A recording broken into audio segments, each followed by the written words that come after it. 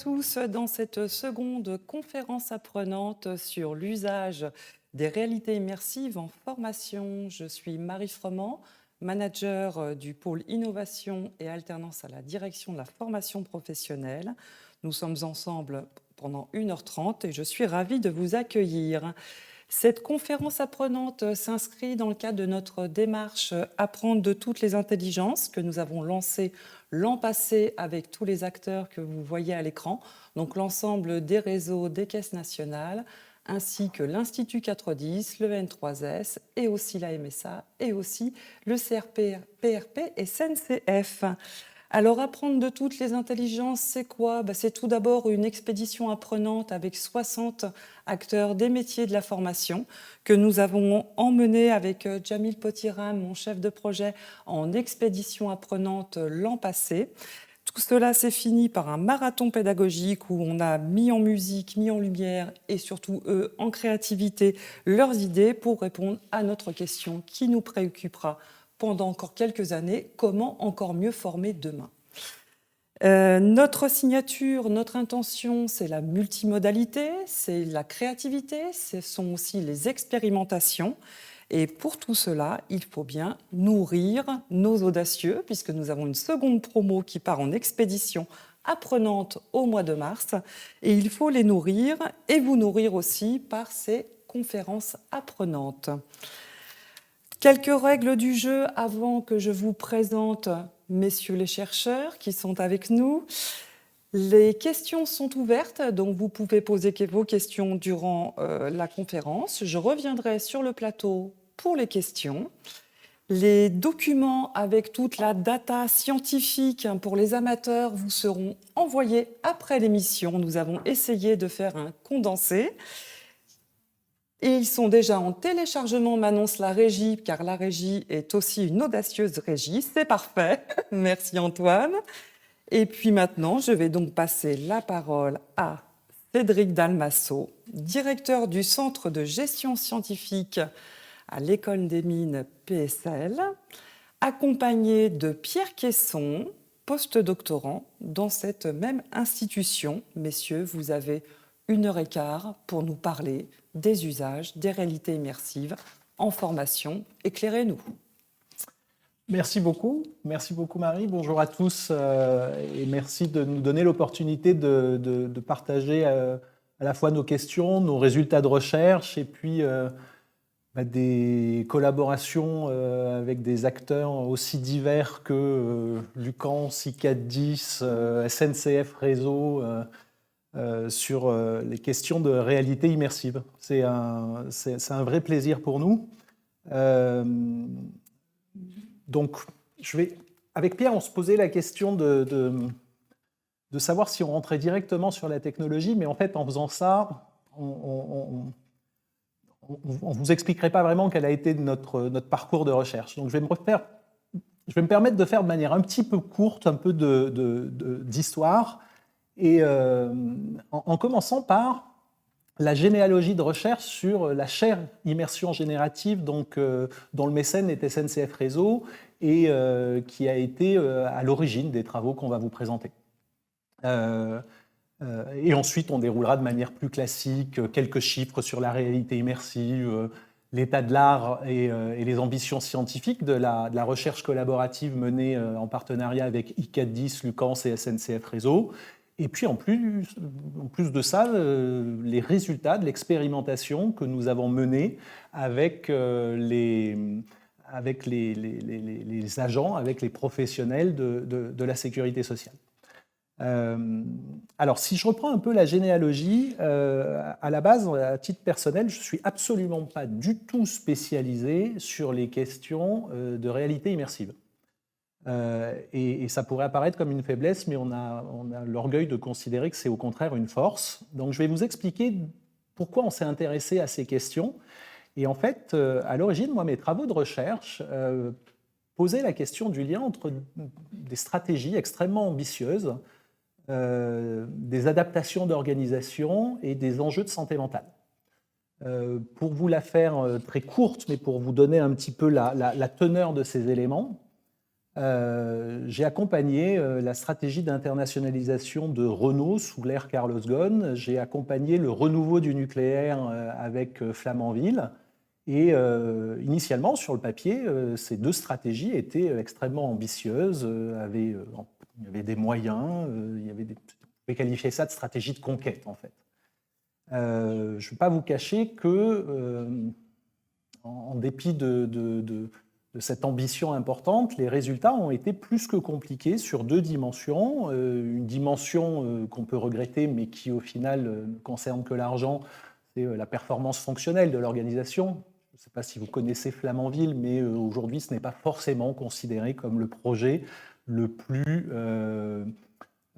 qui s'est déroulé le plus sereinement possible. Multiplication par 2 ou plus des délais, multiplication par 2 ou plus des coûts. Voilà.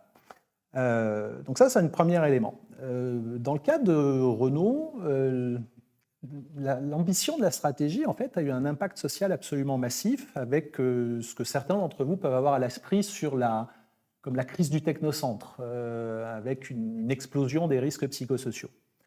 Et donc, vous voyez que je ne vous parle absolument pas de technologie, ni digitale, ni de réalité immersive.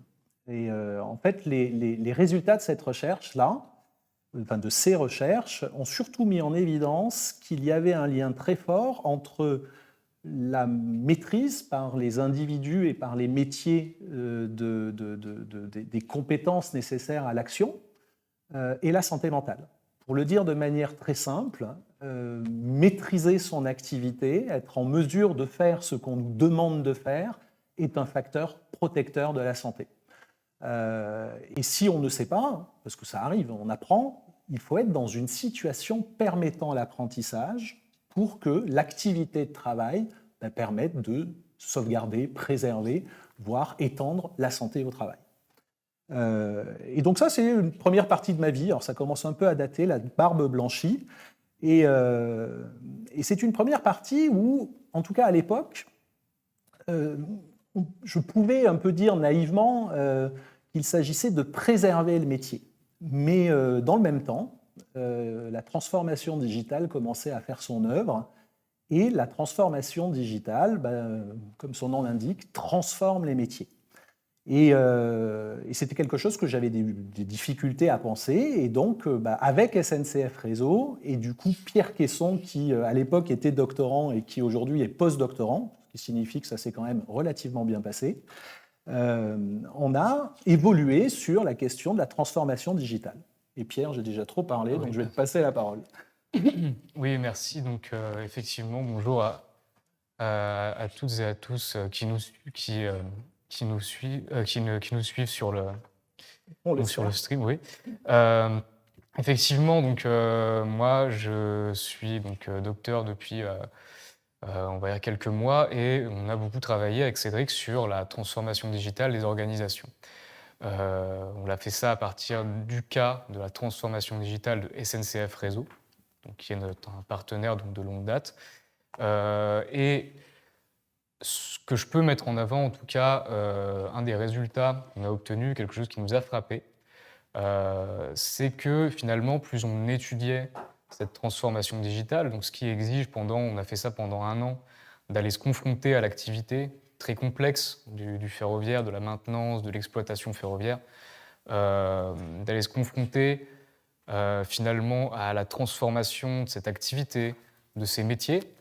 On s'est rendu compte que même si ce n'est pas forcément des environnements, des contextes où on s'attend à avoir une profusion, on va dire, de profusion émotionnelle, on avait énormément effectivement d'émotions associées à ce que vivaient les gens en même temps qu'ils vivaient la transformation de leur travail, de leur métier. Et ça nous a déplacés finalement vers l'analyse émotionnelle de la vie organisationnelle. Et ça nous a aussi montré, ça nous a incité finalement aussi à prendre les émotions des individus dans une transformation organisationnelle, dans la transformation de leur métier qu'ils vivent, au sérieux. C'est-à-dire qu'effectivement, on a toujours un peu à la fois des désirs, des craintes, des peurs, de l'anxiété, du stress, mais aussi potentiellement de la fierté, que les individus ressentent vis-à-vis effectivement, encore une fois, de ce qu'ils vivent, de la transformation qu'ils vivent et qu'ils peuvent porter. Euh, Nous, on a considéré que ces émotions des individus, il fallait les prendre en compte avec prudence, c'est-à-dire effectivement que si une personne est anxieuse vis-à-vis de la disparition de son métier, qu'elle peut anticiper, qui n'arrivera pas, mais qui peut anticiper, qu'elle peut anticiper, c'est pas parce que ça n'arrivera pas ou que ce n'est pas prévu qu'il ne faut pas prendre au sérieux cette anxiété. Cette anxiété est à analyser, comme toutes les émotions. Donc, les prendre avec prudence, mais ne pas les nier. En fait, l'analyse émotionnelle, si tant est qu'on analyse ces émotions en rapport avec ce que vivent les individus au présent de leur transformation, c'est une ressource pour comprendre les changements qui sont à l'œuvre dans leur métier et qui ne sont pas directement finalement liés aux simples technologies. C'est finalement plus subtil que ça. Et on a montré que si on arrivait à prendre en compte ce présent, nous-mêmes en étant tournés vers un peu le futur de l'organisation, si on arrive à articuler ce présent, ce vécu et ce futur potentiel, on peut effectivement collectivement avancer vers, je dirais, l'invention collective de nouveaux usages et d'un renouveau des métiers. Voilà, c'est un peu comme ça que je pourrais dire. Ce qui me rassure, parce que Pierre est mon ancien doctorant, c'est que je n'aurais pas dit mieux, donc on est à peu près aligné là-dessus. Et donc, c'est à ce moment-là où effectivement SNCF Réseau nous a proposé de monter une chaire sur les usages de la réalité immersive. Et c'est cette histoire qui va commencer et que je vais vous conter. Alors, la chaire Immersion générative, avec comme partenaire SNCF Réseau.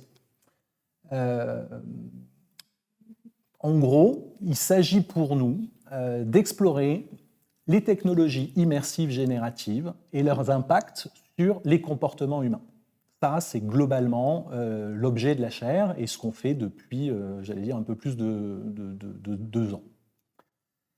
On le fait dans quel secteur? Alors, ça ne vous surprendra pas et on ne vous en parlera pas aujourd'hui, on le fait, ou pas trop, on le fait dans le secteur industriel, avec SNCF Réseau, qui en fait a une longue pratique de l'usage de ces technologies.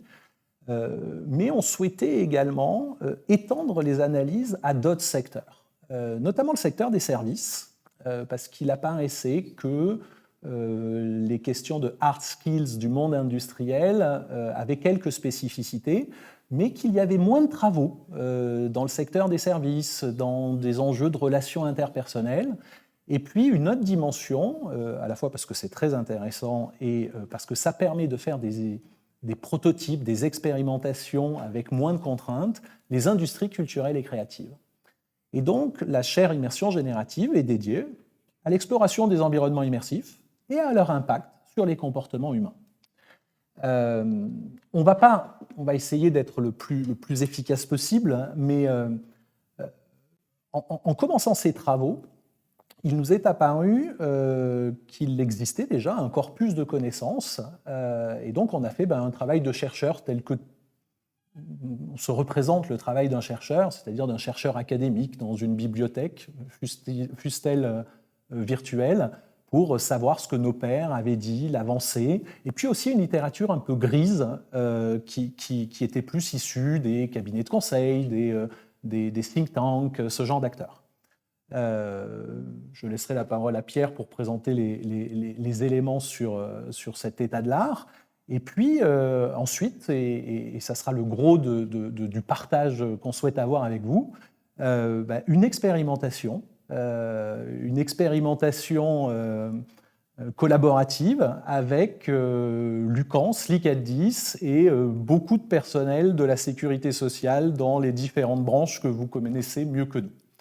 Peut-être que Pierre, tu peux commencer à aborder quelques éléments sur l'état de l'art et à l'origine ce qu'on savait de l'usage de la réalité immersive. Exactement, je peux faire ça.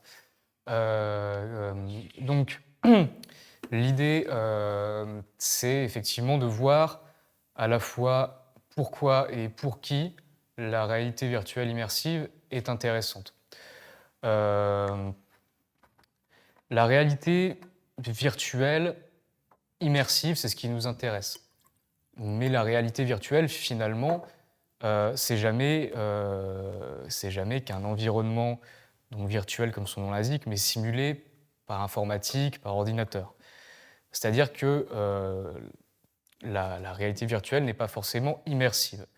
Ce qui s'est passé au milieu des années 2010, donc 2016, on a la sortie des casques de réalité virtuelle, on va dire, contemporains, modernes, donc les principaux étant l'Oculus Rift et le HTC Vive. Et ça a finalement fait émerger un marché assez conséquent et un intérêt assez conséquent pour les individus comme pour les entreprises. Donc effectivement, 2016, c'est 2,3 milliards de dollars d'investissement dans les startups de réalité virtuelle. C'est un marché en 2020 qui est à 6,1 milliards de dollars. Pourquoi ces casques-là ont fait émerger un tel marché et un tel intérêt? C'est parce que quand on met le casque, on augmente l'immersion d'une personne dans l'environnement virtuel. On passe de la réalité virtuelle pas ou peu immersive à la réalité virtuelle immersive. Ça va jouer sur un concept, une notion qu'on appelle la présence. Et en fait, la présence, c'est juste la façon qu'a un individu immergé dans un environnement virtuel de réfléchir, de penser, d'agir, mais aussi de ressentir, d'exprimer des émotions de la même manière ce qu'il ferait dans un environnement réel, dans la vraie vie.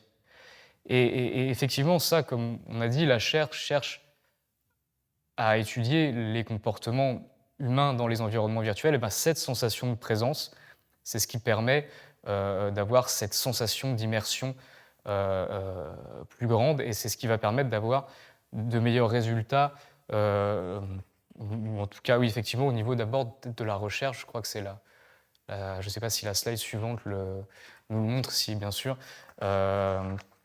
Effectivement, au niveau de la recherche, on va dire sur la réalité virtuelle immersive dans sa globalité, c'est une étude donc, qui est parue en 2022, qui est une revue de littérature, qui montre finalement déjà une augmentation à partir justement des années 2015-16, donc la sortie des casques de réalité virtuelle, du nombre d'études publiées, donc en fait de l'intérêt de la recherche. L'intérêt de la recherche portant sur des questions notamment principalement d'interaction aux machines, c'est-à-dire justement l'investigation de cette sensation de présence et de comment on l'améliore des individus immergés dans les environnements virtuels, à la fois au niveau de leur cognition, leur émotion, mais aussi de leur mouvement. Le secteur effectivement de la santé, le traitement du stress, de certaines phobies, de certaines addictions. Sachant que le secteur de la santé est généralement assez en avance sur l'utilisation des technologies émergentes. Mais aussi, et là c'est ce qui va nous intéresser dans ce qu'on va vous présenter, la formation, l'éducation. Surtout en milieu industriel, ou gestes métiers, ou procédures de sécurité, ou procédures d'urgence, et dans la compréhension et la maintenance de systèmes industriels complexes. Assez peu, en l'état, de soft skills, de compétences de communication, interactives surtout. Donc ça, c'est aussi un peu l'apport de ce qu'on a fait tous ensemble là, donc avec tous les acteurs qu'on vous a mentionnés. Donc effectivement, c'était pour montrer un peu les secteurs et l'évolution dans la recherche globale sur la réalité virtuelle. On peut enchaîner en se déplaçant de la recherche vers les entreprises. Et donc là, on va citer par exemple une étude de la Harvard Business Review, The Future of Work is Immersive, donc 2020. Toujours beaucoup de prudence de la part des Oui, mais il faut vendre aussi. Et en fait, c'est une étude qui concerne les entreprises du Fortune 1000, donc les 1000 plus grandes entreprises américaines en matière de chiffre d'affaires. On montre effectivement l'intérêt en 2020 de ces entreprises pour ces technologies de réalité virtuelle immersive, notamment pour des enjeux de formation. On peut citer un exemple qui est utilisé, qui est mis en avant dans cette étude, c'est Walmart. Donc Walmart, très grande chaîne de magasins qui sont un peu partout aux États-Unis, qui a 200 académies de formation au service client. Donc là, on n'est plus dans le geste industriel, dans le geste métier industriel, on est dans le service client. Et dans ces 200 académies, ils ont déployé 17 000 casques de réalité virtuelle immersive. Ils rapportent, donc c'est eux-mêmes qui rapportent, 30% de satisfaction en plus dans les individus qui sont en formation, au niveau de la formation, de meilleurs tests à l'issue de la formation en réalité virtuelle par rapport comparé à la formation, on va dire, classique. Et 10 à 15% de ces individus ont une meilleure rétention des savoirs, des apprentissages qu'ils ont eus dans la formation au service client. Et un autre gain qui n'est pas négligeable, c'est qu'auparavant, il fallait faire se déplacer un formateur dans toutes ces 200 académies Walmart dans le territoire états-unien. Aujourd'hui, il peut rester sur place et faire ça à distance. Ça réduit considérablement le temps de formation. Donc ça, c'est un exemple qu'on souhaitait mettre en avant. Et donc, effectivement, les entreprises se saisissent de ces technologies. Et donc là, on est une étude en 2022, donc de PwC, sur les technologies immersives. 51% des entreprises, tous secteurs confondus parmi celles interrogées par PwC, sont en train d'intégrer la réalité virtuelle dans leur stratégie en 2022, dont 21% qui rapportent l'avoir déjà fait, 30% qui l'ont déjà intégré, ça nous donne les 51%, et en plus de ces 51%, il y a 17% d'entreprises qui planifient de le faire. Et de la même manière, on a 34% de toutes ces entreprises, donc un tiers, on retrouve les mêmes chiffres que l'étude précédente de Harvard Business Review, qui envisagent une formation plus efficace, ou qui envisagent ou qui constatent une formation plus efficace comme bénéfice de ces technologies, notamment pour la formation aux soft skills et par rapport à la formation classique et même au e-learning traditionnel, avec des formations plus rapides, des personnes plus connectées émotionnellement au contenu de la formation, qui apprennent mieux, qui sont plus concentrées. Oui, et effectivement, là, on revient dans le monde de la recherche au niveau, cette fois-ci, de la formation professionnelle. Donc, on a eu la recherche globale, les entreprises globales, entreprises, formation, recherche, formation professionnelle. 2018, on va juste illustrer quelque chose très rapidement. 2018, revue littérature, utilisation de la réalité virtuelle pas forcément immersive pour la formation professionnelle. Une douzaine de papiers qui sont trouvés. 2021, 60 études acceptables pour revue de littérature, spécifiquement en utilisant le casque de réalité virtuelle. En gros, vous voyez le point de bascule sur à la fois le fait que les connaissances scientifiques sur la réalité immersive sont relativement faibles. Quand on fait une recherche, qu'on essaye d'avoir une recherche un peu exhaustive, on vous a cité 60 papiers en 2021. Donc ça c'est juste pour vous dire que ne considérez pas que vous avez face à vous des experts, on est un tout petit peu moins ignorant que les autres. C'est vraiment ça l'idée. Mais en tout cas pour nous, c'était à la fois des promesses ou des croyances ou une attractivité de ces questions, une sorte un peu comme un papillon qui tournerait autour d'une lumière, on sent qu'il y a une excitation, et puis une faiblesse du savoir, une faiblesse des connaissances qui nous a fait dire qu'il était important de construire une chaire. Alors, une chaire, ça ne suffit pas, et il fallait qu'on trouve un autre partenaire de confiance, parce que l'enjeu, c'était, comme on vous l'a dit au début, de passer d'un monde industriel, pour le coup qu'on connaît bien, au monde du service. Et c'est là qu'on a rencontré Lucans, I410 et la sécurité sociale. Alors je ne vous dis pas que je ne connaissais rien à la sécurité sociale, je suis un citoyen français et du coup j'en connais un petit peu.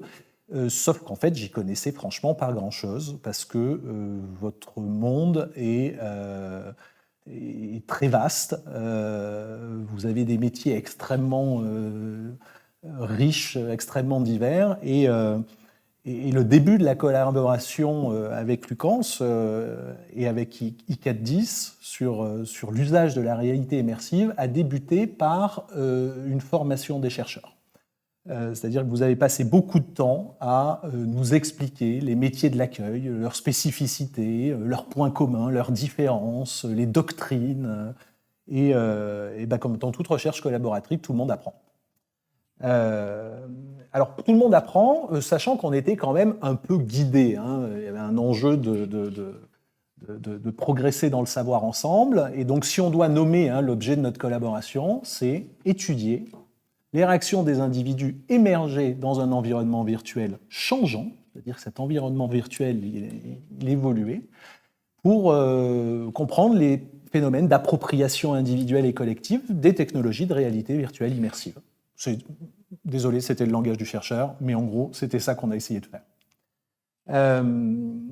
Le point peut-être essentiel là-dessus, c'est que sur les compétences interpersonnelles et la capacité d'être immergé face à un individu réaliste ayant un comportement émotionnellement marqué, il y avait très peu de travaux.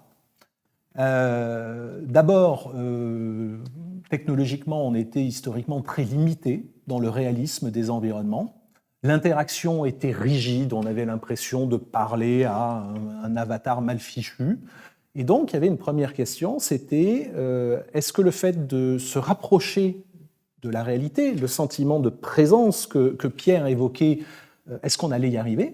Et jusqu'où est-ce que ça allait être nécessaire? Parce que c'est quand même relativement coûteux d'arriver à quelque chose de réaliste. Et puis le deuxième point qui nous interrogeait, c'est si toutefois ça marchait, si toutefois tout ce dispositif était efficace, ça ne répondait absolument pas à la question de la manière dont on pouvait l'intégrer dans des parcours de formation plus classiques. Donc voilà, ça c'était les deux énigmes qui nous occupaient. Alors, je te laisse peut-être présenter l'historique et les objectifs, ou tu veux que je le fasse? En fait, je souhaitais ajouter... Ah, j'ai oublié un truc, c'est ça. Non, mais je souhaitais ajouter, pour insister sur le caractère un peu inédit de ce qu'on est en train de faire depuis quasiment 2 ans, de cette collaboration. C'est que on avait 2 questions sur peut-être la slide précédente pour la conception d'un environnement, de scénario, d'interaction, l'interactivité. Donc la formation aux compétences interpersonnelles en réalité virtuelle immersive, on a vu que c'était pas le gros des études, mais ça existe un peu. L'interactivité rajoute déjà un peu d'inédit, mais la deuxième question, l'intégration justement, le fait de faire cette recherche-intervention, de faire cette collaboration, l'intégration dans des parcours de formation classiques, ça met en avant un deuxième trait caractéristique de pour montrer que c'est inédit. Souvent, les études, la revue de littérature, l'état de l'art, les populations étudiées, c'est des scolaires, des étudiants. Nous, on collabore avec des vrais professionnels, pour le coup, et avec une ambition de faire intégrer cette technologie dans de vrais parcours, de vraies formations avec des vrais professionnels. Et c'est pour insister sur ce caractère. Alors, je ne vous cache pas qu'on s'est efforcé le point souligné par Pierre à l'instant est absolument essentiel. Ça peut apparaître comme un point de méthodologie, mais en fait, ce qui nous intéressait, c'était de voir comment est-ce que c'était vraiment utile pour les gens qui font réellement le métier aujourd'hui. Et merci Pierre de m'avoir rattrapé au vol, mais en fait, tous les résultats qu'on avait pu voir dans la littérature à l'époque faisaient l'hypothèse qu'un étudiant avait la même réaction qu'un professionnel. Et ce n'est pas du tout vrai. Quelqu'un qui connaît le métier est, entre guillemets, beaucoup plus exigeant, a des enjeux beaucoup plus... une connaissance de son métier qui est beaucoup plus forte. Et donc, c'était la particularité de notre travail. Alors, on va aller très vite, puisque ces éléments, vous devez les connaître, mais on a commencé à collaborer en avril 2023. Pour Lucans, il y avait plusieurs objectifs. Il y avait d'une part un enjeu d'image, de montrer que, j'allais dire, à la ville et au monde que Lucans explorait sur des nouvelles technologies. Puis il y avait également un enjeu d'efficacité de la formation, notamment parce que, comme beaucoup d'organisations, vous êtes confrontés à la pyramide des âges de vos agents. Il y a des enjeux d'attractivité des nouveaux entrants et puis surtout la nécessité de maintenir le niveau de compétence à un degré élevé, alors même qu'il y a un renouvellement des populations très importante du fait de la pyramide des âges.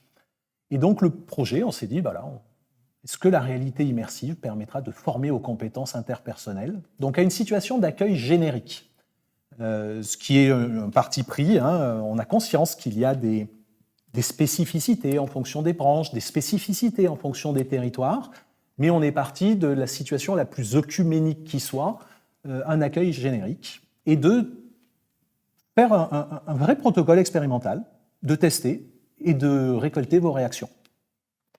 Et alors, pour faire ça, et je vous l'ai déjà dit, on a passé beaucoup de temps à essayer de comprendre les métiers et à en faire une analyse fine, et j'en profite pour remercier Lucans et l'ICAD10 et plein d'autres agents, parce que sans ça, on aurait fait beaucoup de bêtises. Et puis ensuite, on a construit un prototype. Et comme Pierre et moi on a déjà beaucoup parlé, ce que je vous propose, c'est tout simplement de vous permettre de visionner une vidéo qui met en scène ce prototype. Ça marche uniquement.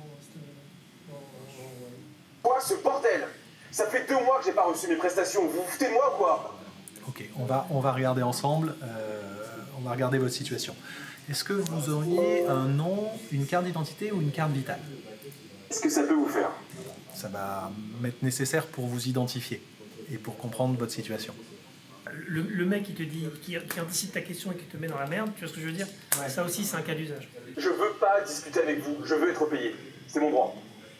Je comprends, monsieur, vous avez des droits, c'est très juste, mais si vous voulez être payé, il va falloir discuter avec moi. Vous feriez mieux de régler ça tout de suite. On va regarder ensemble. Pour ça, j'ai besoin de vous identifier dans le système. Est-ce que vous pourriez me donner votre nom et votre prénom, s'il vous plaît? Mon nom est Jean-Claude Lefebvre, sans B. Très bien. Avec un V. L'idée, c'est vraiment de montrer que ça te fait réagir. Ça roule. Tu vois, et c'est le but, finalement. Quoi, ce bordel? Ça fait 2 mois que j'ai pas reçu mes prestations. Vous vous foutez de moi, quoi? Vous avez raison, vous avez des droits, mais il va falloir qu'on discute ensemble, si vous... Vous feriez mieux de régler ça tout de suite.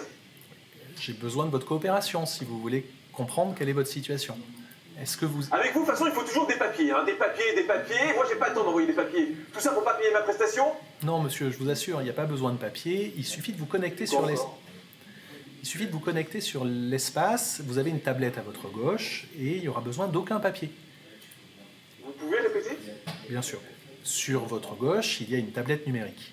Vous allez pouvoir vous connecter dessus et normalement, vous allez avoir la totalité des informations J'ai nécessaires. pas compris. Avez-vous un numéro de carte vitale? Je veux pas discuter avec vous, je veux être payé. C'est mon droit. Il faut faire quelque chose maintenant. Je comprends. Je compte sur ces prestations pour payer mes factures. Très bien. Est-ce que vous pourriez me Non, donner... j'ai rien reçu. Et d'ailleurs, c'est bien ça le problème. Il n'y a jamais d'information avec vos services. Jamais. Est-ce que vous auriez un nom et un prénom, s'il vous plaît? Qu'est-ce que ça peut vous faire? Ça va juste me permettre de comprendre quel est le problème. Mon nom est Jean-Claude Lefebvre, sans B. Ok. Avec un V. D'accord. Et donc, est-ce que vous souhaitez, grâce à vos identifiants, vous connecter en autonomie sur votre espace ou est-ce que vous souhaitez que je le fasse? Ok. Donc voilà, petite séquence vidéo. Je vous prie d'excuser l'acteur, vous l'aurez reconnu. Mais l'idée, c'était de vous donner à voir quelque chose qui est en fait invisible, puisque quand on met un casque, on est dans l'environnement immersif. Et ce que vous avez vu, c'est vraiment ce que les agents ont expérimenté. Donc vous voyez qu'un agent... en tout cas moi en l'occurrence, s'efforce d'accueillir un usager, alors que du point de vue de chercheur, on avait qualifié en colère, d'énerver, et que lors des expérimentations, les professionnels que vous êtes nous ont jamais, il est vaguement agacé. Soyons clairs, on a été beaucoup trop prudent par rapport à ce que vous connaissez. Mais on préfère être trop prudent et effectivement évoluer vers plus de réalisme plutôt que de mettre en difficulté les personnes. Donc, disons que la prudence est mère de sûreté. Ça, c'est pour essayer de vous donner à voir, parce que sans le vivre, c'est très difficile, le prototype qu'on a conçu tous ensemble. Si vous avez des questions, n'hésitez pas, pour nous c'est évident, et ça sera l'occasion peut-être de préciser. Associé à ce prototype, on a dû développer et inventer avec vous un protocole expérimental extrêmement rigoureux, parce que l'enjeu, ça reste de la science. À un moment, c'est présenté, d'ailleurs, je crois qu'à Porto, ça va être présenté à des colloques scientifiques, et il faut un protocole expérimental strict. Et je vais passer la parole à Pierre pour que tu puisses détailler la nature des données recueillies et des précautions déontologiques qu'on a pu prendre. Exactement. Oui, tout à fait, merci. Pour tester cette solution, ce prototype, en lien effectivement avec la participation de Lucans, de l'ICAT10, de SNCF Réseau, on a, fin septembre, fait 3 jours d'expérimentation. Ces expérimentations ont concerné le fait de faire tester la solution à des agents, du personnel, on va dire, de la sécurité sociale, que ces gens soient agents d'accueil, que ces gens soient formateurs, managers, un panel de postes et de fonctions, on va dire. Donc, on a effectivement pris soin de récolter un certain nombre de données de nature différente, en amont, pendant et en aval de l'expérimentation stricto sensu, c'est-à-dire quand les gens avaient le casque et jouaient vis-à-vis de l'usager virtuel. Il faut dire avant aussi, déontologie, qu'on a été très précautionneux, parce que tout simplement c'est important, au niveau de la récolte de ces données et de la protection de ces données personnelles, de l'information des personnes qui ont bien voulu participer à l'expérience. Ça a consisté en la lecture et la signature de documents de récolte de consentement. C'est assurer que les données n'étaient partagées par personne en dehors de l'équipe de recherche, même pas sur un cloud ou quoi que ce soit. Donc ça, c'est important. Les données, maintenant, assez brièvement, sont issues de questionnaires standards pour s'assurer de la robustesse des mesures. C'est standard, c'est validé à l'international. C'est ça, validés, qui ont déjà été utilisés, qui sont validés qui se sont diffusés au sein de la communauté scientifique dans des études, on va dire, connexes à ce que l'on fait. Des données biographiques et professionnelles, classiques, l'âge, le genre, l'expérience en accueil à la Sécu, mais aussi en dehors, à l'accueil en global, l'expérience à la Sécu, c'est-à-dire aussi en global, que ce soit de l'accueil ou d'autres fonctions à la sécurité sociale. Et puis des mesures standards, certaines issues de Technology Usage Inventory, c'est-à-dire qui mesurent l'anxiété technologique des individus, mais aussi leur intérêt pour la réalité virtuelle immersive. Et puis on peut citer des items issus de Motivated Strategies for Learning Questionnaires, c'est les noms de standards de questionnaires, pour mesurer l'intérêt dans la formation, l'auto-évaluation au métier. Pendant l'expérience, des récoltes de données physiologiques, le rythme cardiaque à l'aide d'oxymètres, et puis une mesure de stress à l'aide d'électrodes qui mesurent en fait la conductance de la peau, c'est-à-dire qui mesure s'il y a de la sueur ou pas, et donc ça permet de faire accéder au niveau de stress en temps réel des gens. Et puis en aval, des mesures encore une fois standards, facilité d'utilisation de la technologie, utilité perçue de la technologie des réalités virtuelles immersives. Ça, c'est les 2 dimensions qui déterminent l'adoption des individus, enfin d'une technologie par des individus. Et puis les émotions ressenties. On en a mesuré 6. On vous expliquera pendant la présentation pourquoi celle-ci. stress, relaxation, peur, surprise, intérêt, ennui. En plus de ces données quantitatives, des données qualitatives, des débriefings individuels, juste après avoir enlevé le casque, sous forme d'un entretien semi-directif, et puis des débriefings collectifs par session, sous forme de focus group, où là, des gens avec différents points de vue, différents postes, différentes fonctions ont pu échanger entre eux, puis avec nous. Et ça nous a permis de compléter toutes ces données que nous sommes toujours en train de traiter et qui se sont révélées assez intéressantes. Ce sera pour la suite de la présentation. Donc vous voyez qu'il y a eu un gros dispositif et en gros, on recevait 4 personnes pour chaque session et ça durait à chaque fois 2 heures. Donc une première demi-heure pour accueillir, recueillir le consentement, expliquer, répondre aux questions. Une demi-heure sur la partie expérimentale, donc, avec les équipements, l'interaction dans cet univers virtuel. Une demi-heure ensuite pour le débrief individuel et une demi-heure pour le débrief collectif.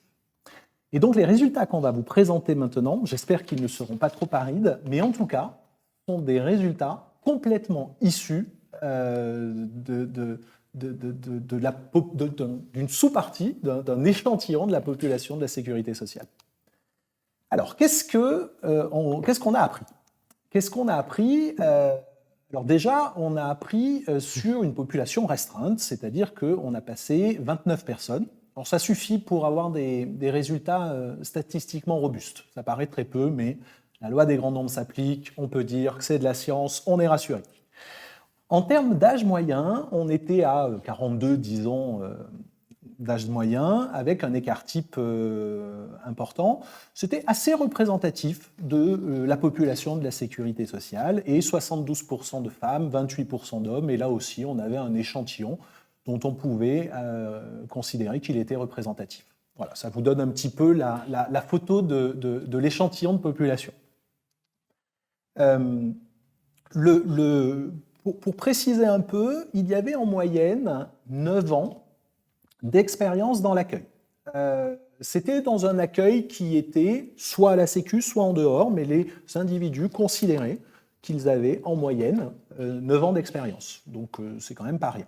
Et 14 ans d'expérience au sein de la sécurité sociale. Donc ça vous donne vraiment les caractéristiques de la population pour que vous sachiez d'où on vous parle. Une chose intéressante, parce qu'on a cherché à confirmer d'autres résultats de recherche, c'est quand je cherche à donner mon opinion sur ma maîtrise de l'accueil et que je croise ça avec l'expérience que j'ai en accueil, donc est-ce qu'il y a une relation ? Alors, premier point qui surprendra personne, les individus, les agents qui ont beaucoup d'expérience dans l'accueil considèrent qu'ils maîtrisent l'activité d'accueil. Je peux là vous dire, c'est peut-être pas la peine de faire tout ça et tout ce cinéma pour avoir un résultat aussi évident. Ce qui est aussi intéressant, et pas spécifique à votre domaine, mais qu'on peut retrouver dans plein d'univers différents, c'est qu'il est beaucoup plus difficile pour les jeunes entrants, ceux qui ont peu d'expérience dans l'accueil, de s'auto-évaluer. C'est-à-dire que certains jeunes vont dire « moi, je ne suis pas forcément très compétent dans l'accueil », et certains jeunes vont dire « moi, je suis très très compétent dans l'accueil », et vont le dire de manière équivalente à quelqu'un qui a 10 ou 15 ans d'expérience de plus. Donc on voit, c'est un résultat assez classique, les jeunes ne savent pas s'auto-évaluer. L'autre point qui est anecdotique, mais qui nous semblait, qui est logique plutôt, mais qui nous semblait important, c'est qu'il n'y a pas de corrélation entre l'expérience à la sécurité sociale et la maîtrise à l'accueil. C'est logique, une expérience à la Sécu peut vous faire voir plein de métiers différents et il apparaît un nuage de points absolument incompréhensible. Donc voilà, ça c'est un premier élément descriptif. Alors, peut-être des informations sur ce que les métriques nous indiquent quant à la population et à l'avis de cette population sur la réalité immersive. Tous les gens qu'on a vus étaient très intéressés par les questions de formation et par la modernisation de la formation au moyen de la réalité immersive. Ça, c'est une caractéristique importante. C'est là, si je ne dis pas de bêtises, que les métriques à l'international ont été mobilisées. Oui. C'est le sujet qu'on traite avec vous est un sujet qu'on considère comme important et la technologie que vous nous faites tester est quelque chose qui nous intéresse. En termes de crainte, quel que soit l'âge, quel que soit le genre, aucune appréhension sur la technologie. Est-ce un effet une anti-sélection? Est-ce représentatif de la population? Très difficile à dire, mais en tout cas, est-ce le signe que les agents de la sécurité sociale sont particulièrement conscients de l'importance de la formation et particulièrement ouverts à des nouvelles méthodes pédagogiques? Ça me semble assez crédible.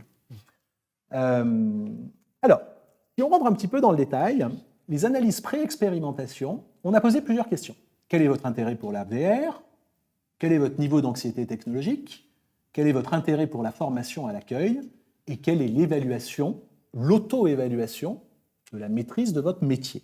Les échelles sont à chaque fois de 1 à 7, c'est pour vous aider à la lecture. Pareil, Alors, qu'est-ce qu'on regarde? Intérêt pour la réalité, pour la VR, 6 sur 7, c'est pas mal. Anxiété technologique, 2,59. C'est relativement faible. Et donc, vous voyez ce qu'on voyait dans la littérature qu'on vous a présentée précédemment, ça colle très bien avec votre population. Si on poursuit, intérêt pour la formation à l'accueil, 5,36. Et évaluation de la maîtrise du métier, warning, rappelez-vous, les jeunes ont une petite tendance à s'évaluer de manière excessive, mais 5,69. Forte maîtrise auto-évaluée du métier. Et donc ça, ce sont les caractéristiques un peu froides de la population qui a participé à cette expérimentation. Alors, vous allez me dire, mais du coup, l'expérimentation, elle a donné quoi? Elle a donné quoi? Elle a donné 2 résultats sur la facilité d'utilisation de la technologie et l'utilité perçue de la technologie. C'est-à-dire que les personnes qui se sont pliées à cette expérimentation considèrent à 5,94 sur 7 que la techno est très facile d'utilisation. Il ne faut pas sous-estimer ce résultat parce que, je vous rappelle, tout le protocole expérimental mis en place, Pierre l'a détaillé, on équipait les gens de capteurs, on leur faisait signer un formulaire de consentement, on leur posait des questions. Et en dépit de tout ça, et je ne vous cache pas qu'on a eu également quelques petits problèmes techniques et quelques lags au niveau de la relation entre l'ordinateur et le casque avant de se dire qu'on allait fonctionner en filaire, mais en dépit de tout ça, facilité d'utilisation de la technologie. Ça nous a surpris que le résultat soit à ce point élevé. Le second élément, c'est l'utilité perçue, très forte utilité perçue de la technologie. Voilà. Ça, on ne fait que le constater, mais en tout cas, si l'échantillon est représentatif, et c'est le cas, voilà, entre guillemets, où vous vous situez par rapport à ces enjeux de formation et de réalité immersive. Si on regarde maintenant les émotions ressenties à la suite de l'expérience. Pierre les a citées et je vais lui passer la parole. Relaxation, stress, peur, intérêt, ennui, surprise. Toujours sur une échelle de 1 à 7. Qu'est-ce que ça nous enseigne? Ça devient compliqué, donc je préfère te donner le micro. Voilà. Alors, ce que ça nous enseigne, en premier lieu, c'est de constater qu'il y a que ces 2 émotions, relaxation et stress, qui sont évaluées a posteriori. Donc, je rappelle que ce ne sont pas les données de stress issues des capteurs physiologiques. C'est l'auto-évaluation a posteriori du niveau de stress ressenti. De la même manière pour la relaxation. Ce qu'on observe, c'est un relatif équilibre quand même entre la relaxation et le stress, sur des niveaux, on va dire, moyens pour les deux. Un peu plus de relaxation que de stress, mais avec les écarts types, toujours se méfier. Mais en tout cas, on peut conclure à un équilibre. ni trop, ni trop peu, et les deux émotions sur le même plan. Ce qui peut nous faire dire que les individus immergés, et d'ailleurs c'est confirmé parce qu'on a vu, parce qu'on a pu obtenir d'autres comme données, les individus immergés et qui jouaient en fait vis-à-vis de l'usager virtuel maintenaient un niveau d'attention suffisant. C'était pas trop prenant, ça ne les submergeait pas, mais ils pouvaient se concentrer sur la situation de travail. Ça va avoir son importance. Et puis, peut-être voilà, les quatre autres émotions. Donc la peur, hein, Ouais. 62, ça fait pas peur. Ça fait pas peur. Est-ce qu'on peut avoir L'intérêt à 6,28 sur 7, très fort intérêt. L'ennui à 1,31, très faible ennui. Et la surprise à 4,62, surprise, une légère surprise. Assez. Plutôt pas mal, puisqu'on est à voilà, 4,62, c'est plutôt pas mal. Alors oui, si on prend ces quatre émotions ensemble, si on les a... Ah bah voilà, exactement, c'était la slide que je voulais. Donc c'est ce que je disais, effectivement, niveau équivalent stress et de relaxation, donc des individus maintenus alertes mais sans crainte. Dans les quatre autres émotions qu'on a choisies, on voit qu'il y a une émotion qui est finalement qui traduit un niveau d'éveil, un niveau d'attention de la personne immergée vis-à-vis de l'environnement virtuel assez faible. C'est l'ennui. L'ennui est noté faiblement. Au contraire, d'émotions qui traduisent un fort niveau d'attention vis-à-vis de l'environnement virtuel, qui sont l'intérêt et la surprise. Ça vient renforcer l'idée que les gens étaient attentifs, impliqués dans la situation de travail virtuelle qu'ils vivaient, par rapport au concept de présence dont on a parlé en introduction. On a une autre émotion qui traduit cette attention forte vis-à-vis de la situation, vis-à-vis de l'environnement virtuel, c'est la peur. Si elle est notée faible, notre interprétation, on interprète ça de la manière suivante: la peur, par rapport à l'intérêt ou à la surprise, trouve son origine dans une situation dont le contrôle échappe à l'individu.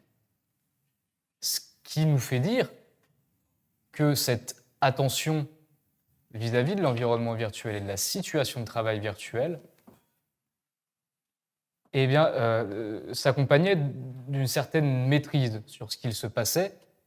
Les individus n'étaient pas submergés par la situation, ils se sentaient toujours en contrôle sur leur situation de travail, d'où la peur notée faible. Et voici pour le détail des émotions et pourquoi on a choisi celle-ci.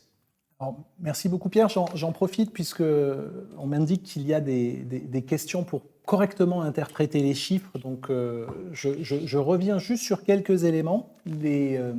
Ici par exemple, vous voyez l'ennui, donc l'ennui est noté à 1,31, on le qualifie de faible, la surprise est notée à 4,62, et je l'avais qualifiée de moyenne, mais en fait elle est conséquente.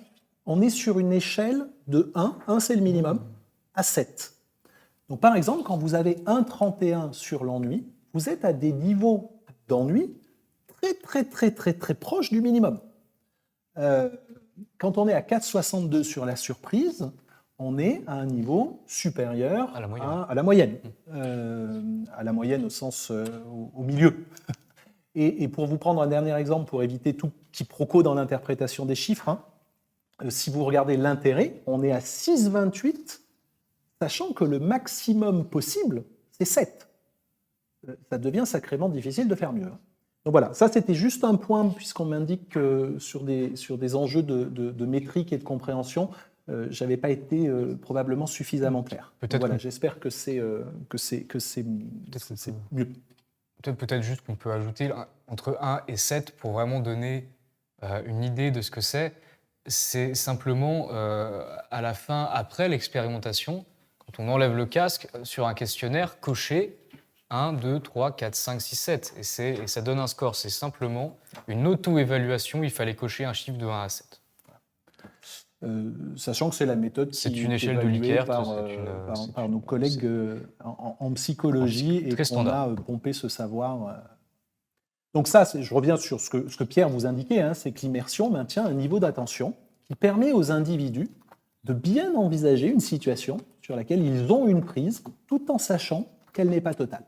Donc on est vraiment dans un entre-deux particulièrement intéressant. Et encore une fois, hein, ce n'est pas nous qui le disons, on ne fait qu'interpréter vos résultats. Alors, on pourrait quand même se poser une question sur, y a-t-il un effet déceptif de tout ça? Parce que sinon, vous allez croire qu'en fait, je suis en train de faire de la réclame. Je vous rappelle que ce n'est pas le but du jeu. Notre rôle, c'est de faire de la science. Alors, il y a un léger effet déceptif, c'est un peu dur de le dire comme ça. A priori, les individus avaient des attentes différenciées, élevées globalement, mais différenciées, un intérêt élevé, mais différencié sur la réalité immersive. Et après l'expérience, on leur a demandé quel est votre niveau d'intérêt après. Et donc, on a comparé l'intérêt avant et l'intérêt après l'expérience. Et ce qui apparaît, c'est que les personnes qui avaient, entre guillemets, des attentes excessives par rapport à quoi? En tout cas des attentes très importantes, ont effectivement eu un intérêt a posteriori un peu plus faible que ce qu'ils avaient a priori. Et par contre, les agents, excusez-moi, qui avaient un intérêt a priori plus faible, ont augmenté leur intérêt après l'expérience. Ça veut dire quoi, ça? Ça veut dire que, après l'expérience, tout le monde était fortement intéressé, que ceux qui avaient mis des attentes dans les technologies excessives ont reposé un petit peu les pieds sur terre, et que ceux qui étaient critiques ont été remontés à un niveau élevé, plus conforme, entre guillemets, à la population dans son ensemble.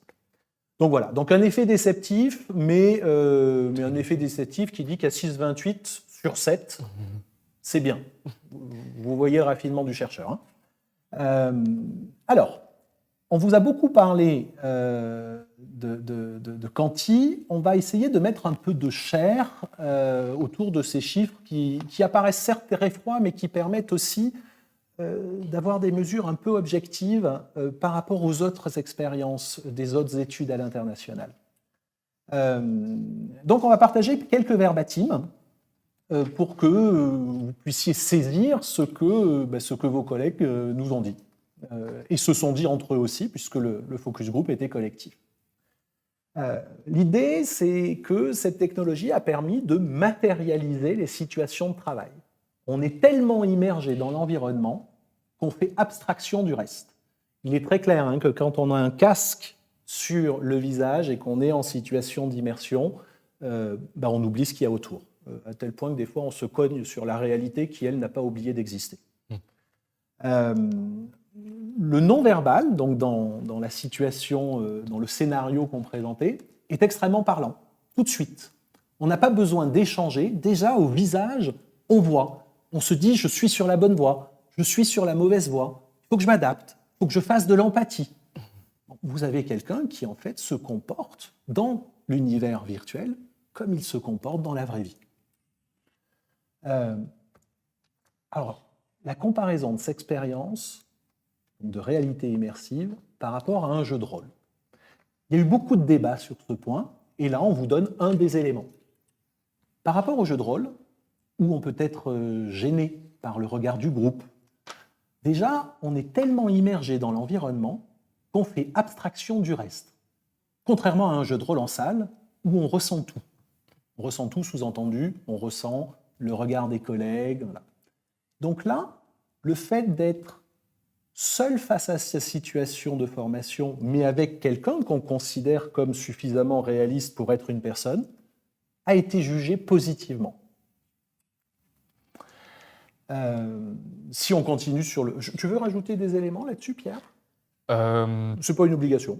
Non, je pense qu'effectivement, ça montre, ça vient confirmer les données quantitatives, où effectivement cette technologie a été jugée favorablement, aussi bien au niveau de la qualité de la reproduction de l'environnement UCANS, même si on rappelle que c'est un environnement qui n'existe pas parce qu'il est générique. Normalement, ce serait toutes les caisses selon leur propre environnement, mais c'est quand même suffisamment l'identité UCANS de l'environnement, suffisamment respectée pour avoir une qualité jugée suffisante de l'environnement.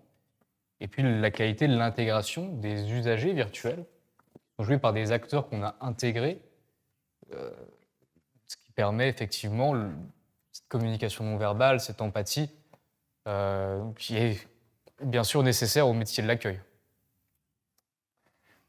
Alors toujours avec la volonté de vous donner à voir ce qu'on a pu, les échanges qu'on a pu avoir avec vos collègues. Non, il n'y a plus de verbatim, excusez-moi, j'ai dit une bêtise. Désolé. Donc je rembobine, en fait, pas du tout pour vous donner à voir les échanges, mais plutôt pour vous dire du coup ce qu'on a fait et ce qu'on envisage de faire à l'avenir. Alors déjà, on a, devant ces résultats, et puis devant cette collaboration qui est assez inédite, parvenir pendant de longs mois à faire collaborer des chercheurs qui sont quand même un peu bizarres, des acteurs du ferroviaire qui ont une culture technique, et en plus l'immersive studio d'SNCF Réseau qui combine les caractéristiques du ferroviaire, donc l'univers du rail, et puis les caractéristiques du digital, parce que c'est l'immersive studio, donc des acteurs d'I410, de la formation, des acteurs de l'UCANS, des collègues de toutes les branches. En fait, je ne vous cache pas qu'a posteriori, on est très fiers de nous. A priori, je pense qu'on a été un peu inconscient de se lancer là-dedans, parce que le pari était un vrai pari. Voilà. C'est très bien, ça a marché, c'était génial. Et du coup, on a trouvé ça tellement intéressant qu'on a, on a organisé un partage de nos résultats. Et vous voyez ici un article dans Acteurs publics où vous pourrez lire qu'on a fait des trucs géniaux avec vous et grâce à vous. Donc ça, c'était, voilà, c'est un petit plaisir, mais il faut pas bouder les petits plaisirs. L'autre élément, c'est que, en dépit de ces résultats extrêmement encourageants, et c'est des éléments d'ailleurs qui ont été discutés pendant les focus group, ce qu'on vous présente, ça ne reste pas gratis, en fait, pour le dire de manière très simple. Alors, sur plein de dimensions différentes. Le prototype que vous avez vu, aujourd'hui, il n'est pas automatisé. Alors, dans le jargon des chercheurs, on appelle ça un magicien d'Oz ou un turc mécanique. C'est-à-dire que ça a complètement l'apparence de quelque chose d'automatique, mais s'il n'y a pas un humain derrière qui actionne les boutons, que vous avez vu d'ailleurs dans la petite vidéo, c'était Kamel qui actionnait les boutons, ça ne marche pas. Ça n'a pas du tout été gênant. Les résultats que vous avez vus sont des résultats très bons, avec effectivement une sorte de marionnettiste de l'outil technique. Par contre, la question de la massification de la formation, si derrière chaque expérimentation, je dois avoir un formateur, ça va être intéressant, mais ça va être intéressant de manière très locale. Vous ne pourrez pas l'utiliser massivement. Alors la blague, c'est qu'entre mars 2023 et aujourd'hui, les progrès de l'IA générative et des LLM, des Large Language Models, ont été tels que ce qui n'était pas envisageable il y a 18 mois est aujourd'hui envisageable. C'est-à-dire avoir, en fait, un avatar virtuel très, très proche de la réalité à tel point qu'on n'est plus capable de savoir si c'est un acteur qui a été filmé ou si c'est quelque chose de généré automatiquement et qui interagit de manière fluide à vos sollicitations. Ce n'était pas possible il y a 18 mois, aujourd'hui c'est possible. Et vous allez voir que je me garde la surprise pour la fin, qu'on l'a testé. L'autre élément, c'est le confort d'utilisation. Les expériences qu'on a menées, il y avait effectivement une dizaine de minutes, peut-être grand maximum une quinzaine de minutes, mais je pense que je suis très excessif en disant ça, d'utilisation du casque.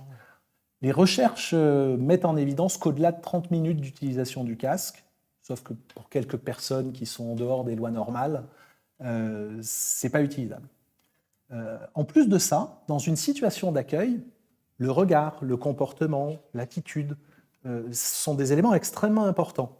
Le fait que mes yeux sourient ou que mes yeux se durcissent dans une relation interpersonnelle, c'est quelque chose d'absolument essentiel. Si je suis en formation, que vous voulez observer mon comportement et que j'ai un masque, ben vous n'observez rien.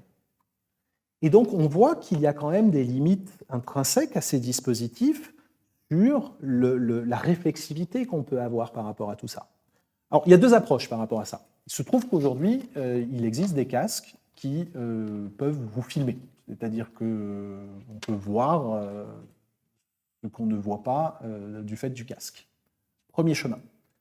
Deuxième chemin, il existe ce qu'on appelle des écrans autostéréoscopiques. J'ai lutté pour essayer de vous donner à voir dans cette intervention ce qu'était un écran autostéréoscopique, mais autant vous dire en fait que ça ne passe pas par le média qu'on est en train d'utiliser. Ce n'est pas possible. Donc je vous engage à aller voir Alioscopie.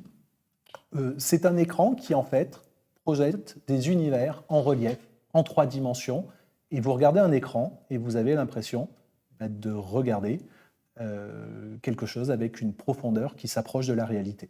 Et dans les situations interpersonnelles qu'on vous a présentées et qu'on était en train d'analyser, c'est un candidat très intéressant. Donc voilà, un petit peu à la fois les verrous technologiques et les pistes qu'on est en train d'explorer pour essayer de les dépasser. Parce que si on est chercheur en sciences sociales, on est quand même chercheur en sciences sociales dans une école d'ingénieurs, donc on est entouré d'ingénieurs un peu étranges. Alors, du coup, je vous ai indiqué que les avatars générés automatiquement, l'IA générative des usagers en colère ou des usagers sympathiques, associés au langage automatique, au large language model, était une piste. Et il se trouve que en décembre dernier, en salle Cortot, on a donné à voir un prototype d'une interaction entre un vrai humain et un avatar qui était Gabriel Fauré. Et je vous propose du coup, avant de revenir sur cette expérience, d'observer une nouvelle vidéo. Et alors, grâce au scanner 3D du centre de robotique de l'École des Mines, SNCF a scanné et a produit le modèle 3D du grand escalier et du salon Munch de l'École normale de musique de Paris. Et en complétant par des technologies de photogrammétrie, ils ont obtenu donc un rendu visuel très précis et réaliste. Ensuite, nous allons donc pouvoir échanger en temps réel avec Gabriel Fauré. En réalité, c'est un avatar 3D qui a été construit à partir de l'enregistrement d'un acteur qui a été filmé. Avatar qui peut maintenant, à présent, grâce aux outils d'IA générative et aux modèles de langage, ce qu'on appelle des LLM, dialoguer avec l'extérieur et répondre à des questions. Alors évidemment, il a été nourri par des données sur la vie et l'œuvre du personnage. Et grâce aux méthodes d'apprentissage, il peut donc reconnaître et interpréter le langage naturel. Alors pour les entreprises aujourd'hui, ces technologies permettent de construire des sortes, on va dire, d'assistants virtuels qui ont appris le savoir de la société et qui peuvent donc interagir avec les agents. Et les données peuvent être mises à jour constamment sans nécessité de passer par le cloud et donc sont ainsi protégées. Et maintenant, nous allons rencontrer un grand célèbre compositeur français, Gabriel Fauré.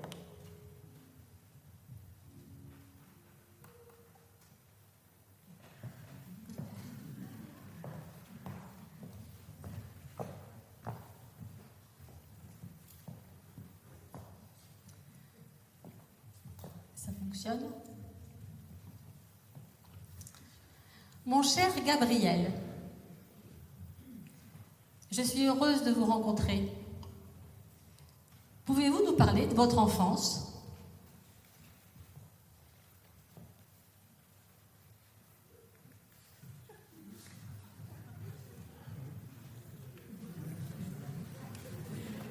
Je suis désolé, mais je ne comprends pas la question.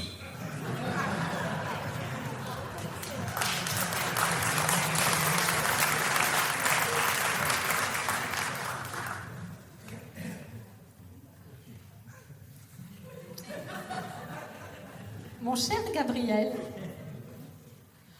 pouvez-vous nous parler des œuvres qui ont inspiré votre musique?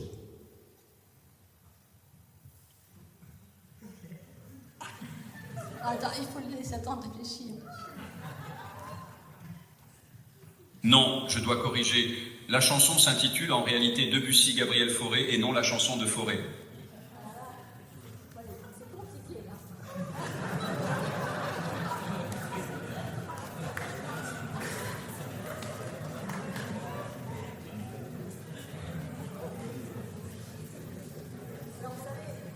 Les assistants virtuels, effectivement, il faut les nourrir et parfois ils hallucinent.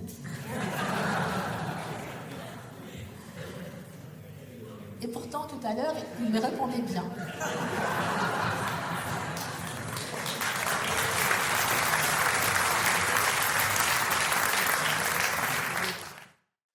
Bon, vous aurez constaté qu'effectivement, on a fait des progrès significatifs.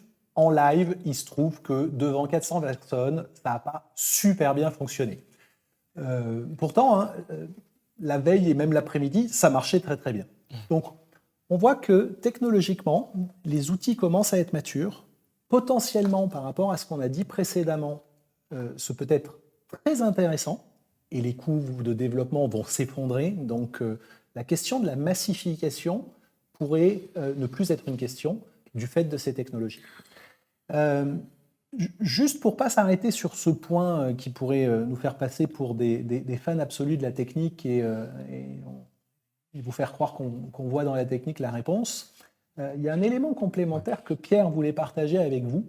Et Pierre, du coup, je te passe la parole. Exact. Merci beaucoup. Oui, on a commencé la présentation, la conférence,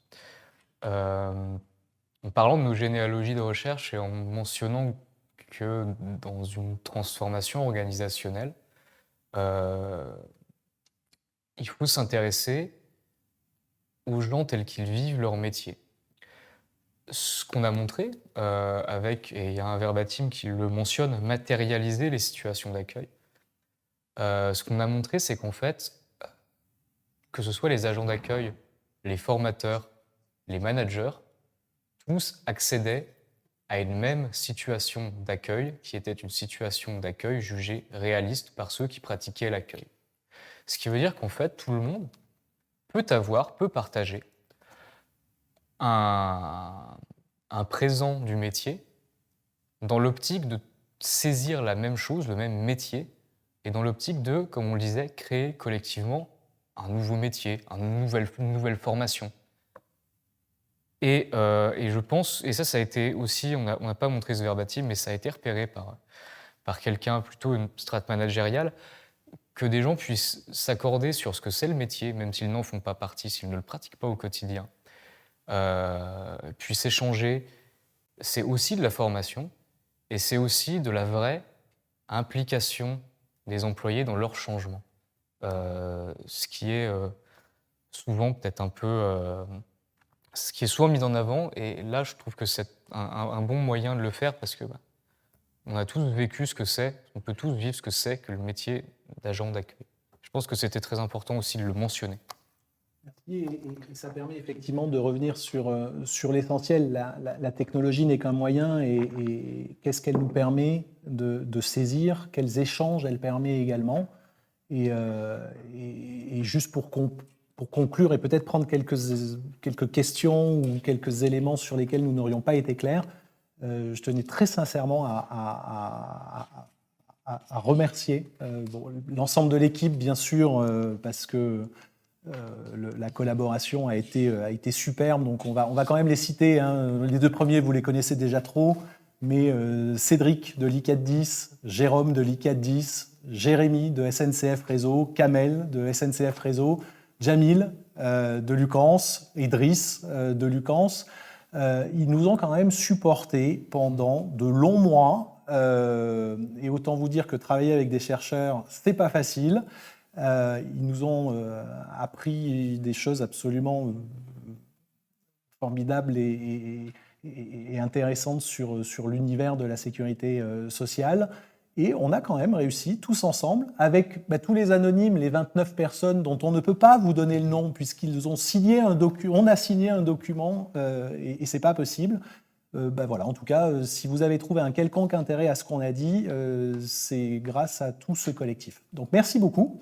Et puis, j'ai cru comprendre qu'il y avait quelques points sur lesquels il y avait des questions, Marie. Tout à fait. Demande de précision, notamment sur la pertinence de cette modalité pour se former justement en situation d'accueil, avec la notion de jeu, la notion de ressenti.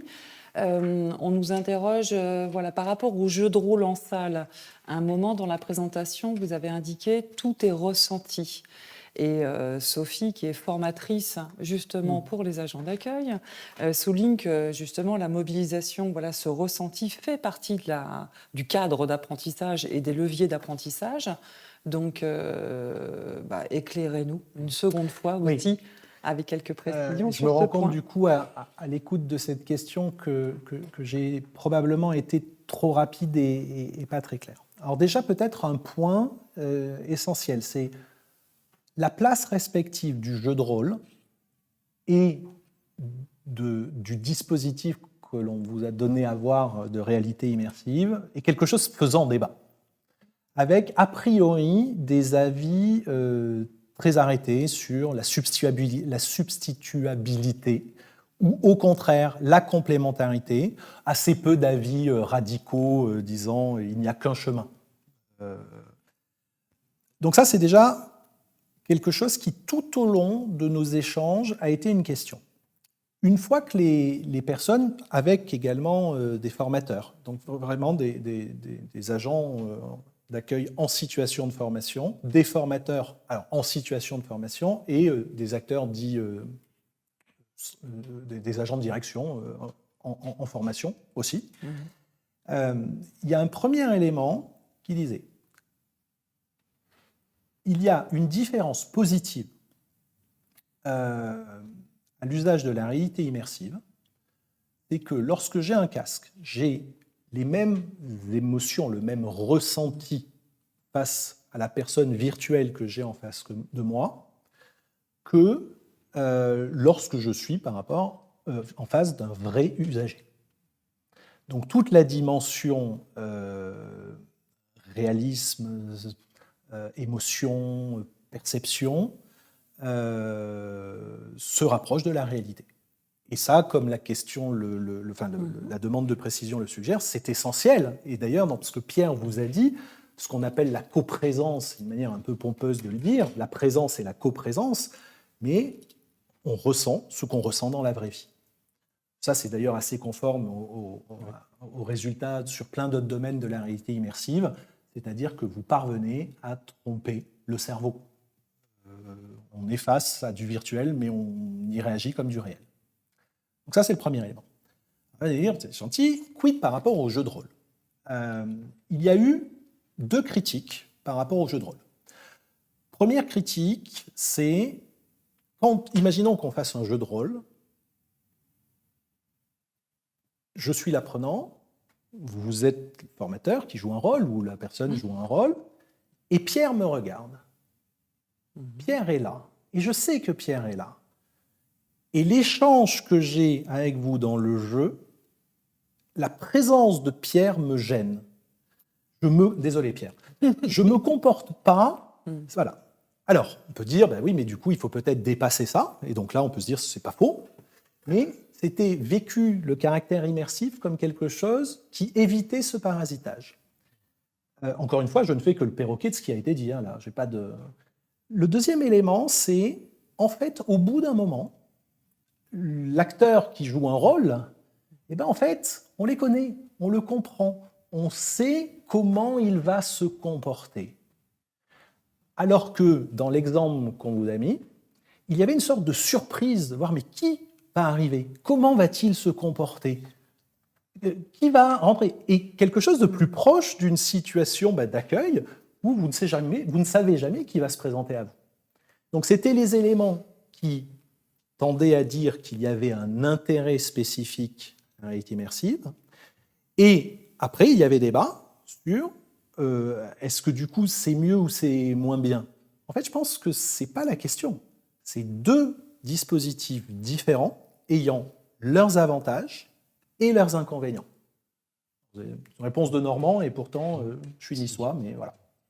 Si on peut juste rajouter, la question concernait aussi la question qu'on a traitée ensemble dans la recherche-intervention.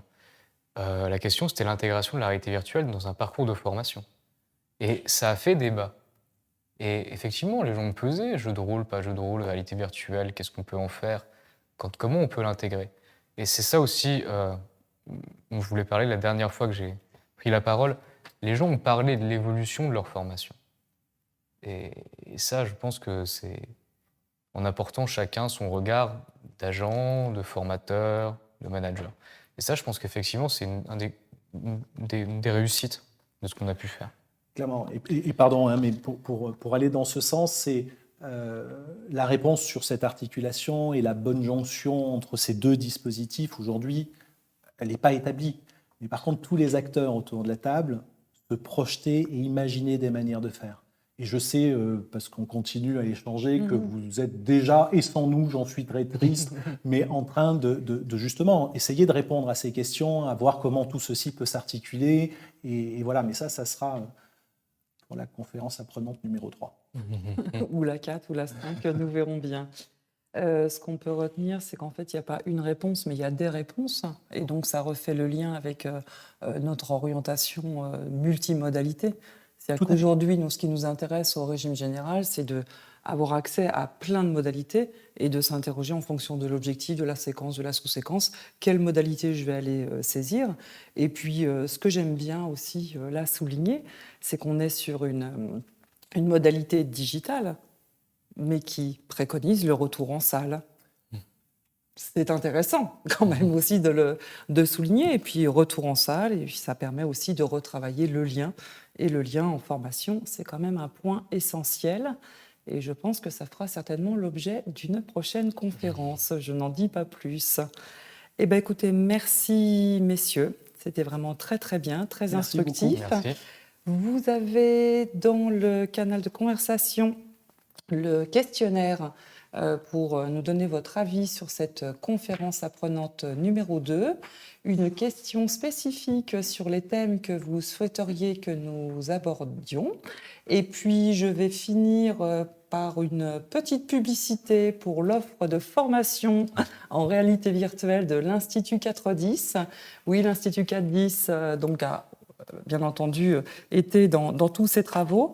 Et en parallèle, donc, un développement d'activités formation en réalité virtuelle sur des thématiques que vous voyez à l'écran. On est sur l'égalité homme-femme, on est sur l'inclusion, la diversité, la santé mentale et le bien-être au travail. Cette offre peut se décliner en ateliers de sensibilisation en petits groupes. Vous pouvez vous en saisir pour des événements d'entreprise et séminaires. Et il y a aussi de la formation sur mesure. Donc encore une fois, merci. À très vite. On continue. Au revoir.